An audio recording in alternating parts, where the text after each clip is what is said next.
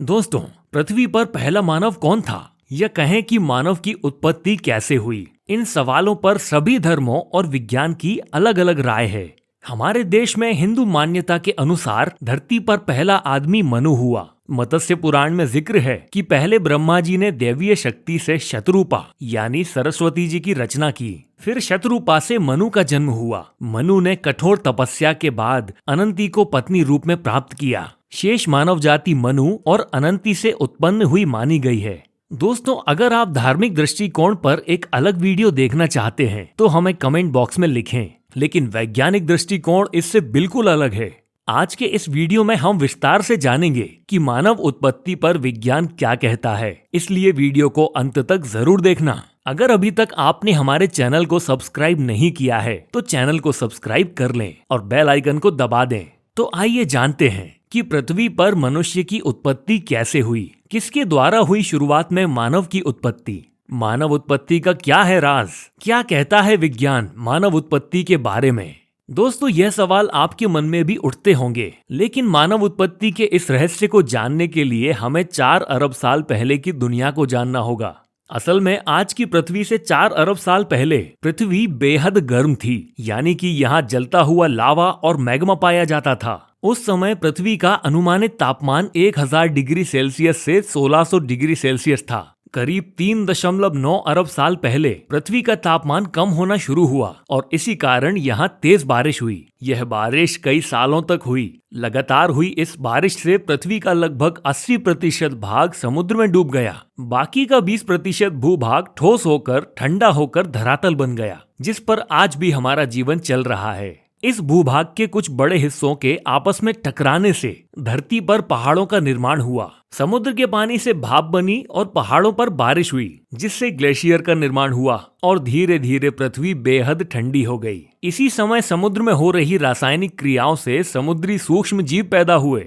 इसके करीब 30 करोड़ साल बाद पृथ्वी पर रहने लायक वातावरण बना, जो कि बेहद ठंडा था, जिसे हम हिमयुग के नाम से भी जानते हैं। इस समय तक समुद्र में इतने समुद्री जीव जंतु हो गए थे कि वहां रह पाना बहुत मुश्किल हो गया था। इसलिए कुछ जीवों ने समुद्र से जमीन की ओर रुख किया और उन्होंने पाया कि धरातल पर जीवन के लिए कोई प्रतिस्पर्धा नहीं है। धरती पर सरवाइव करने के लिए उन्हें बस खुद को थोड़ा बदलना है। इस तरह जीवों का शारीरिक बदलाव होता रहा और जीवों में हुए इस क्रमिक विकास से धरती पर अनेक छोटे और विशालकाय जीव अस्तित्व में आए। उन्हीं में से एक विशालकाय प्रजाति डायनासोर धरती पर अस्तित्व में आई। डायनासोर पृथ्वी के सबसे बड़े जीव थे। माना जाता है कि आज से 6.5 करोड़ साल पहले एक बड़ा एस्टेरॉइड पृथ्वी से टकराया, जिससे धूल का गुबार उठा और उसने सूरज को ढक लिया। तापमान गिर गया और डायनासोर्स का काल खत्म हो गया। डायनासोर्स तो मिट गए, लेकिन मैमल्स यानी स्तनधारी जीव ने खुद को इस महाविनाश से बचा लिया था। इतने बड़े महाप्रलय के गुजरने के बाद समय के साथ धरती पर फिर से सामान्य स्थिति हो गई। पृथ्वी की सतह पर फिर से नए पेड़ पौधे उगने लगे थे और बहुत सारी नई प्रजातियां जन्म लेने लगी।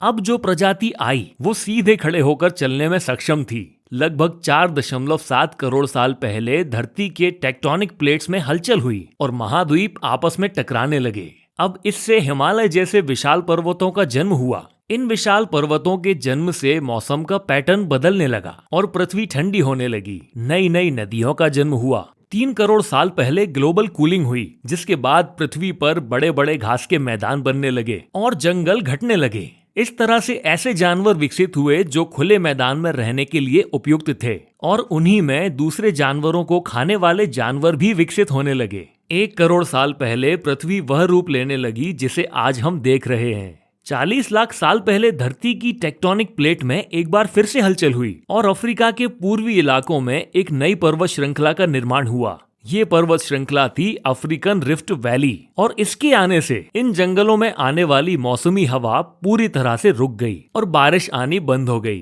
दोस्तों, अफ्रीका के इन जंगलों में रहते थे एप्स, जिन्हें हमारा पूर्वज भी माना जाता है। बारिश के बंद हो जाने से यहाँ के जंगल सूख गए। इसका सबसे ज्यादा असर इन एप्स पर पड़ा। जंगल सूख जाने से इन एप्स के लिए खाने की समस्या पैदा हो गई और इसीलिए अब ये पेड़ों से उतरकर खाने की तलाश में जमीन पर अपने कदम रखने लगे। इनका दिमाग एक संतरे जितना बड़ा था और इनकी लंबाई 4 फीट तक होती थी। कई हजार सालों के विकास क्रम के बाद यह दो पैरों पर चलने लगे। समय के साथ साथ विकास की प्रक्रिया चलती रही और हमारे पूर्वज धीरे धीरे विकसित होने लगे।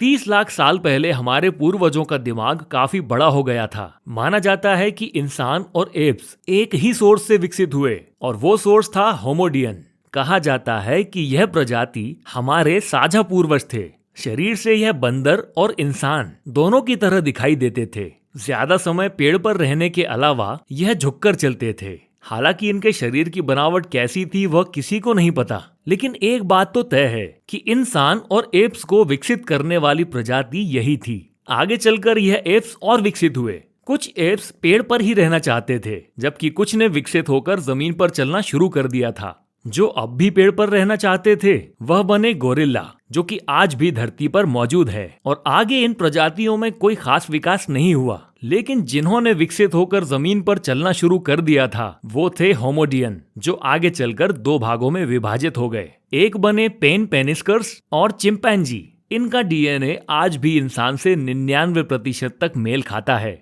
और दूसरे हुए होमोसेपियन, जो आगे चलकर इंसान बने। लेकिन होमोसेपियन से आज के विकसित मानव बनने में कई हजार साल गुजर गए। तो आइए इस कहानी के बारे में भी जान लेते हैं। खोजकर्ताओं को विश्व के अनेक स्थानों पर मानव की खोपड़ियां और हड्डियां प्राप्त हुई हैं। वे लगभग 1.5 लाख वर्ष पुरानी हैं। आज से 10,000 वर्ष पूर्व तक आदि मानव झुंड बनाकर जंगलों में भोजन की तलाश में घूमता रहता था। फिर उसने पत्थर को हथियार की तरह इस्तेमाल करना शुरू किया। समय बीतने के साथ ही आदि मानव समूह में अन्य जानवरों का शिकार करने लगे। यह थे होमो इरेक्ट्स, जो अन्य जानवरों से ज्यादा होशियार थे। इन्होंने ही सबसे पहले आग का इस्तेमाल करना सीखा। आग की खोज इंसान के लिए सबसे बड़ी खोज थी। जानवरों का शिकार करके खाना, गुफाओं में रहना, यही आदि मानव की दिनचर्या हुआ करती थी। वहीं जंगली जानवरों के भय से गुफा के बाहर दरवाजे पर आग जलाकर अपनी रक्षा करता था। पत्थर से ही आग जलाता था। पत्थर के ही बर्तन और औजार का उपयोग करता था। आदि मानव का दिमाग समय के साथ साथ काफी बड़ा और विकसित हो गया और 2 लाख साल पहले आज के इंसान ने अपना रूप ले लिया था। इंसान ने बोलना शुरू कर दिया था। पहली बार कोई जानकारी एक से दूसरे इंसान तक या एक से दूसरी पीढ़ी तक पहुंचने लगी थी। यही आखिरी विकास क्रम था, जिसके बाद विकसित होकर आज का मानव बना, यानी होमोसेपियंस। जैसे जैसे मानव को अपने आसपास की वस्तुओं का ज्ञान होता गया, वैसे वैसे वह अपने लिए सुविधाएं जुटाने लगा। प्रारंभ में मनुष्य को कपड़े पहनने का ज्ञान नहीं था। वह पेड़ की छाल, बड़े बड़े पत्तों और जानवरों की खाल से ठंड के समय अपना बचाव करता था। बाद में वह जानवरों को पालना, पौधे उगाना, अन्न पैदा करना आदि सीख गया, जिससे उसका घुमक्कड़ जीवन समाप्त हो गया।